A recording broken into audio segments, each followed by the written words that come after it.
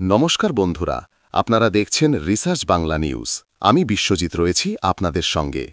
আজ যে ছবিটা আপনাদের সামনে তুলে ধরব সেটা ভারতীয় রাজনীতিতে খুব কম দেখা যায়। গতকাল সংবিধান দিবসের অনুষ্ঠানে দেশের প্রধানমন্ত্রী নরেন্দ্র মোদী এবং দেশের বিরোধী দলনেতা রাহুল গান্ধী দুজনকে একসাথে পাশাপাশি বসতে দেখা গেল। এমন মুহূর্ত সচরাচর আসে না, এবং ছবিটা সামনে আসতেই দেশ জুড়ে উঠেছে অসংখ্য প্রশ্ন। তারা পাশাপাশি বসলেন, কিন্তু কথা কি বললেন? তাদের মুখামুখি দেখা হলো, কিন্তু নীরবতা কেন?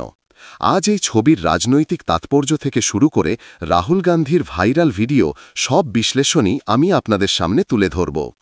গতকাল আরেকটা দৃশ্য সমানভাবে ভাইরাল হয়। সেটা কোনো সাধারণ জায়গায় নয়। ভারত সরকারের আইএফএস অফিসারদের ট্রেনিং ব্যাচ, যারা ভবিষ্যতে বিদেশে ভারতকে রিপ্রেজেন্ট করবেন, তারা রাহুল গান্ধীর সামনে পড়তেই হুড়োহুড়ি শুরু করে দিলেন সেলফি তুলতে। হ্যাঁ, ঠিকই শুনছেন, আইএএস, আইপিএস, আইএফএস, দেশের শীর্ষ প্রশাসনিক সার্ভিসের অফিসাররা রাহুল গান্ধীর সঙ্গে সেলফি তুলতে লাইন ধরলেন। সাধারণ মানুষের মধ্যে রাহুলের প্রতি আগ্রহ দেখা যায় ঠিকই, কিন্তু কূটনীতির এলিট সার্ভিস আইএফএস অফিসারদের মধ্যে এই মাত্রার উন্মাদনা রাজনৈতিক দিক থেকেই নতুন বার্তা দিচ্ছে। এই ভিডিওটা শেয়ার করেছেন কংগ্রেসের চিফ হুইপ মনিকা টেগর। স্পষ্ট কটাক্ষ, সবচেয়ে জনপ্রিয় নেতাকে ছবিটাই বলে দিচ্ছে। ভিডিও ভাইরাল হওয়ার পর থেকেই রাজনৈতিক মহলে বাড়ছে আলোচনা। সাধারণ মানুষ থেকে উচ্চপদস্থ অফিসার, রাহুল গান্ধীর গ্রহণযোগ্যতা কি নতুন উচ্চতায়? ২৬শে নভেম্বর সংবিধান দিবস। এই দিনে ১৯৪৯ সালে ভারতীয় সংবিধান রচিত হয়েছিল। গতকাল লোকসভায় এই অনুষ্ঠানেই এক আসনে বসেছিলেন রাষ্ট্রপতি দ্রৌপদী মুর্মু, উপরাষ্ট্রপতি জগদীপ ধনখড়, প্রধানমন্ত্রী নরেন্দ্র মোদী, লোকসভা স্পিকার ওম বিড়লা, বিরোধী দলনেতা মল্লিকার্জুন খাড়গে এবং রাহুল গান্ধী। ছবি যেটা সামনে এলো, মোদীর একদম পাশেই খালি পদ, তারপরেই বসেছিলেন রাহুল গান্ধী। ক্যামেরা অনেক সময় রাহুলকে ফ্রেমে আনেনি, ফোকাস ছিল প্রধানত প্রধান মোদী, রাষ্ট্রপতি, উপরাষ্ট্রপতির ওপর। কিন্তু যেই মুহূর্তগুলোতে রাহুলকে দেখা গেছে, সব জায়গায় চোখে পড়েছে একটা দৃশ্য, রাহুল গান্ধীর টেবিলের ওপরে রাখা সংবিধানের ছোট বইটি, যেটা তিনি সবসময় বহন করেন। সংবিধান নিয়ে তার এই স্টাইল স্টেটমেন্টটি এখন রীতিমতো রাজনৈতিক বার্তা। যখন দেশের প্রধানমন্ত্রী এবং দেশের প্রধান বিরোধী নেতা দুজন পাশাপাশি বসে থাকেন, সাধারণ মানুষের মনে একটাই প্রশ্ন আসে, তারা কি কথা বলেছেন? ক্যামেরায় দেখা গেল দুজনেই পরস্পরের দিকে তাকাননি, কোনো কথোপকথন হয়নি, হাসি ঠাট্টাও নয়। তাহলে কি এতটাই রাজনৈতিক দূরত্ব, নাকি কূটনীতিক নীরবতা? এটা ঠিক যে রাজনীতিতে মতভেদ থাকবে, কিন্তু অনুষ্ঠানস্থলে ন্যূনতম যোগাযোগ হওয়া উচিত, এটাই জনগণের প্রত্যাশা।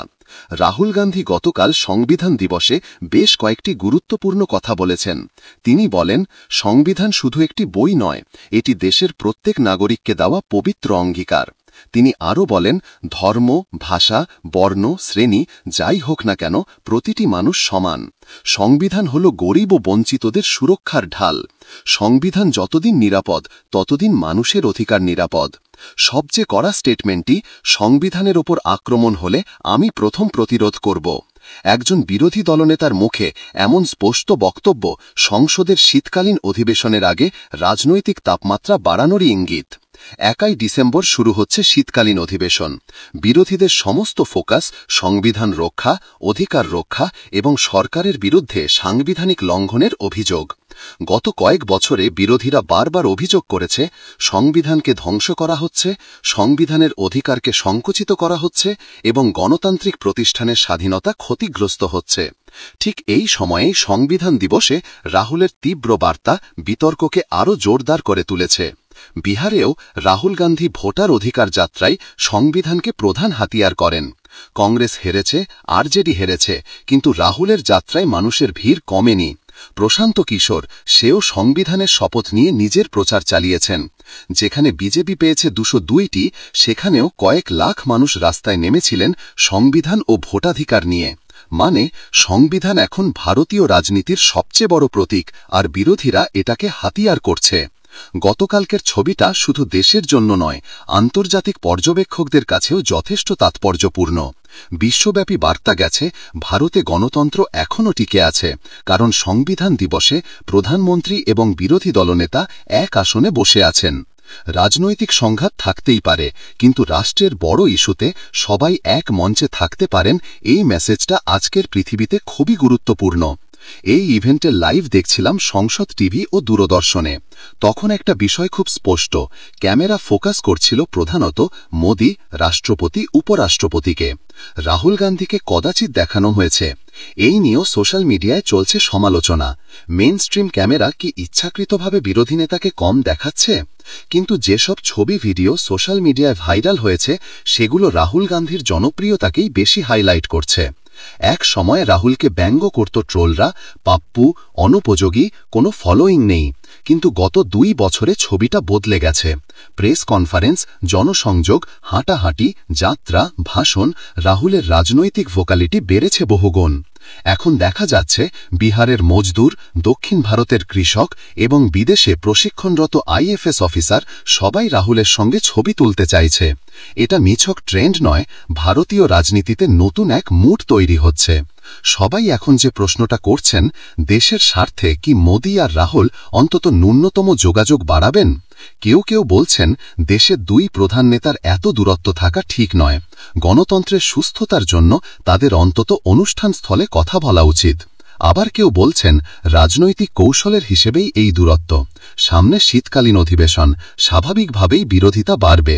কিন্তু ভবিষ্যতের ইঙ্গিত, সংবিধানই হবে আগামী রাজনীতির সবচেয়ে বড় যুদ্ধক্ষেত্র।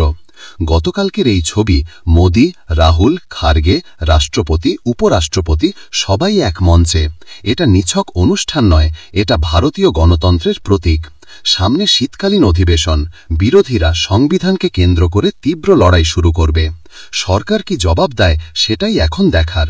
রিসার্চ বাংলা নিউজের পর্দায় আমরা এই পুরো সেশনের প্রতিটি মুহূর্ত আপনাদের সামনে তুলে ধরব।